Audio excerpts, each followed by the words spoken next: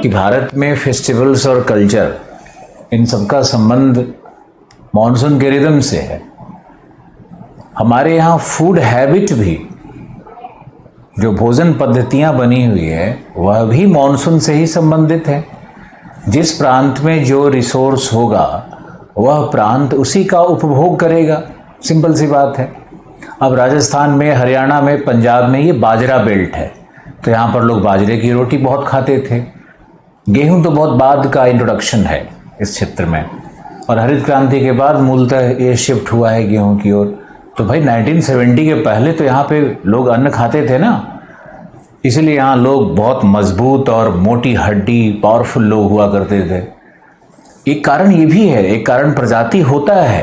प्रजाति भी यहाँ का डिफरेंट था। नॉर्डिक्स लोग हैं और बहुत सारे जो फॉरेन इन्वेजन से आए हुए लोग हैं, उन्होंने सेटल किया इस एरिया में, तो उनकी कदकाठी स्ट्रक्चर उनका अलग है। लेकिन फूड भी एक बहुत इंपॉर्टेंट चीज़ होता है। अब चलते हैं, हम लोग देखते हैं कि भाई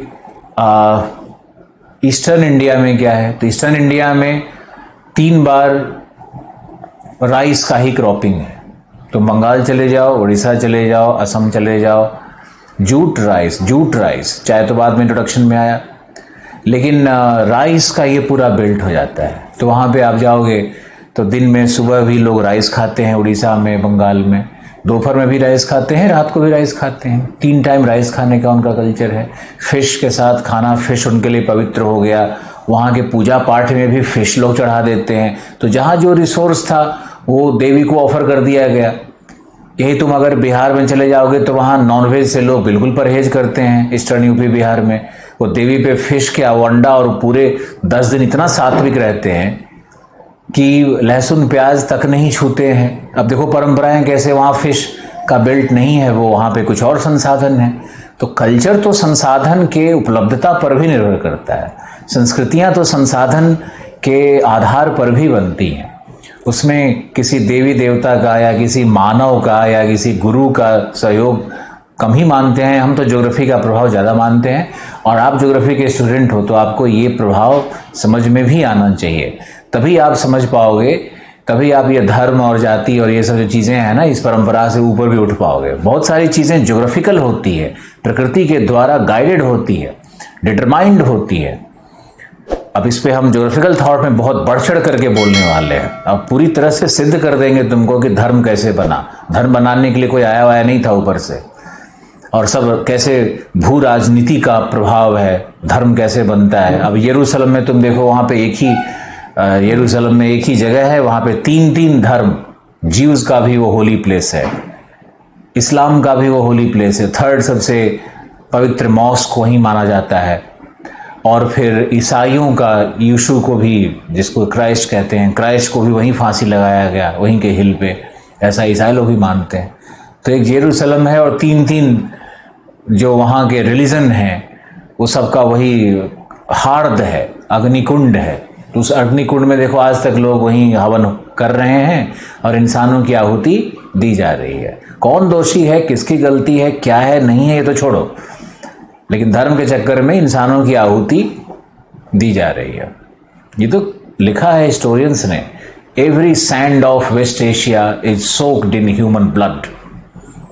एक भी पश्चिम एशिया के मरुभूमि का वो कण नहीं होगा जिसमें इंसान का खून नहीं लगा हुआ है। कितना इंसान का खून बहाया गया है धर्म के नाम पे, धर्म परिवर्तन के नाम पे, दूसरी की संस्कृति को मिटाने के नाम पे, अपनी संस्कृति स्थापित करने के नाम पे। तो मुझे तो नफरत है इन चीज़ों से, और आपको भी होना चाहिए।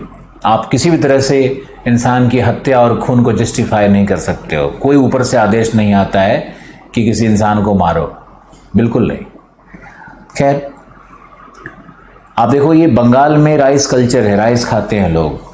गेहूं और बाजरा का कल्चर है वेस्टर्न इंडिया में, नॉर्थ वेस्टर्न इंडिया में। रोटी खाते हैं, सुबह रोटी, दोपहर रोटी, शाम रोटी। वैसे तो मुझे लगता है कि 2 ही बार रोटी खाते हैं पंजाब हरियाणा में, अब शायद कल्चर बदल रहा होगा। और ये अब आओ तुम ईस्टर्न इंडिया में आ जाओ तो राइस, अब तुम ये बिल्कुल मिड गंजेटिक प्लेन पे आ जाओ, यानी ईस्टर्न यूपी बिहार में आ जाओ। यहाँ पे रबी क्रॉपिंग भी होगा। क्यों होगा? क्योंकि पछुआ बिछोव रेन कर रही है, तो यहाँ पे गेहूं, दाल, दलहन ये सब होगा।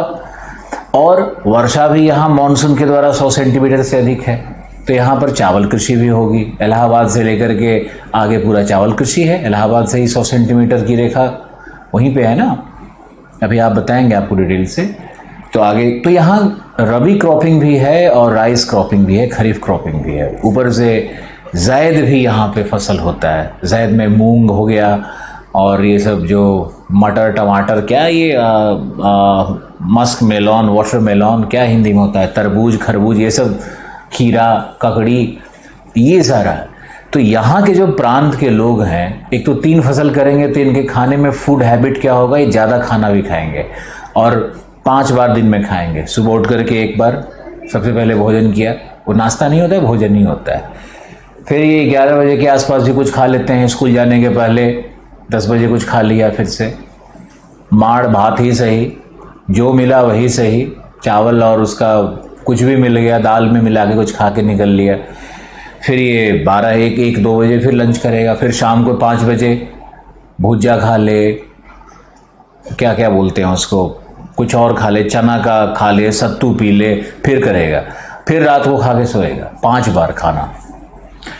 लेकिन चूंकि इनके खाना में कार्बोहाइड्रेट बहुत ज़्यादा है, तो इनका वो जो बोन और मस्कुलर स्ट्रक्चर है ना, वो कुछ विशेष जातियों में मिलेगा लेकिन आम लोगों में नहीं मिलेगा। कुछ विशेष जातियों में इसलिए मिलता है क्योंकि वो लोग वही नॉर्डिक प्रजाति के हैं, तो उनका स्ट्रक्चर वैसे ही दिखेगा, कॉम्प्लेक्शन वैसा ही दिखेगा। लेकिन वो भी अब धीरे धीरे डिग्रेड कर रहे हैं, उनका भी पतन हो रहा है, वो भी वैसे नहीं दिखते हैं, क्योंकि फूड बहुत इंपॉर्टेंट चीज़ होता है, फूड हैबिट बहुत इंपॉर्टेंट है।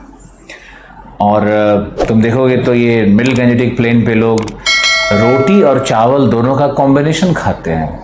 तो रात को चले जाओ तो ये लोग रोटी खाएंगे, चावल नहीं खाते हैं, रोटी बनाएंगे। हमारे यहाँ मजदूर काम करता है, हम देखते हैं कि क्या खाया सुबह में, तो सुबह तो उठ करके वो लोग चावल दाल सब्जी बना लिया, उसी को अपना सुबह भी खा लिया, दोपहर में भी खा लिया। मजदूर वर्ग की बात कर रहे हैं।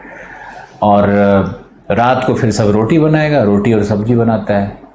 तो वहाँ पे मिक्स फूड है। तो आप देखो कि इम्पैक्ट क्या है, पछुआ विक्षोभ का प्रभाव कैसे है कि रबी क्रॉपिंग होगा और वहाँ का फूड हैबिट कैसे होगा। 100 सेंटीमीटर समवर्षा रेखा का क्या प्रभाव है फूड हैबिट्स के ऊपर में, कल्चर के ऊपर में। और राजस्थान में क्रॉपिंग सीजन कितना होता है, राजस्थान में क्रॉपिंग सीजन मुश्किल से 3 से 5 महीने तक का क्रॉपिंग सीजन होता था, अब नहीं, अब तो अलग दुनिया है।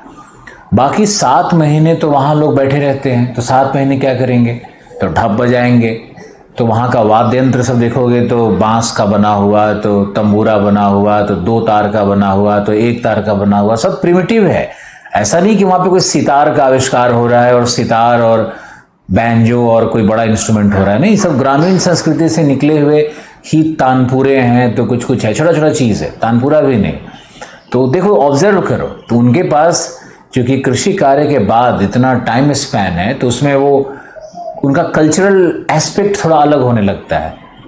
पुराने कपड़ों से बना देना, वो कुछ बैठने का, बिछने का, बिछाने का, पर्दा जैसा कुछ बना दो, तो उसमें मोती जड़ दो, तो उसमें पत्थर के टुकड़ों को लगा दो, तो कान में पहनने वाला बना दो, हैंडीक्राफ्ट्स बना दो। तो ये सारा चीज़, उसी का व्यापार शुरू करो, उसी को एक्सपोर्ट करो। अब आखिर तो आर्थिक क्रियाएं तो होंगी ना वहाँ पे। तो ये स्टोन कटिंग, ये सब एक, तो इसमें ऐसा नहीं है कि मॉनसून का सशक्त प्रभाव दिखता है, जलवायु का सशक्त प्रभाव दिखता है हमारी आर्थिक क्रियाओं पे और हमारे संस्कृति पे। तो संस्कृति कभी भी, इसीलिए कहते हैं कि संस्कृति कभी भी महान और संस्कृति कभी भी कमज़ोर नहीं होती है। दुनिया की हर संस्कृति महान होती है, क्योंकि संस्कृति वहाँ के जलवायुविक, भू राजनीतिक, सामाजिक बहुत सारी क्रियाओं पर निर्भर करता है। धार्मिक, अब तो जहाँ धर्म जा रहा है वहाँ की पूरी संस्कृति को ही बदल दे रहा है, लोकल संस्कृति को तो ख़त्म कर दे रहा है धर्म का प्रवेश करते ही। सब लोग वही प्रैक्टिस करना शुरू कर देता है, सब लोग की भाषा बदल जाती है।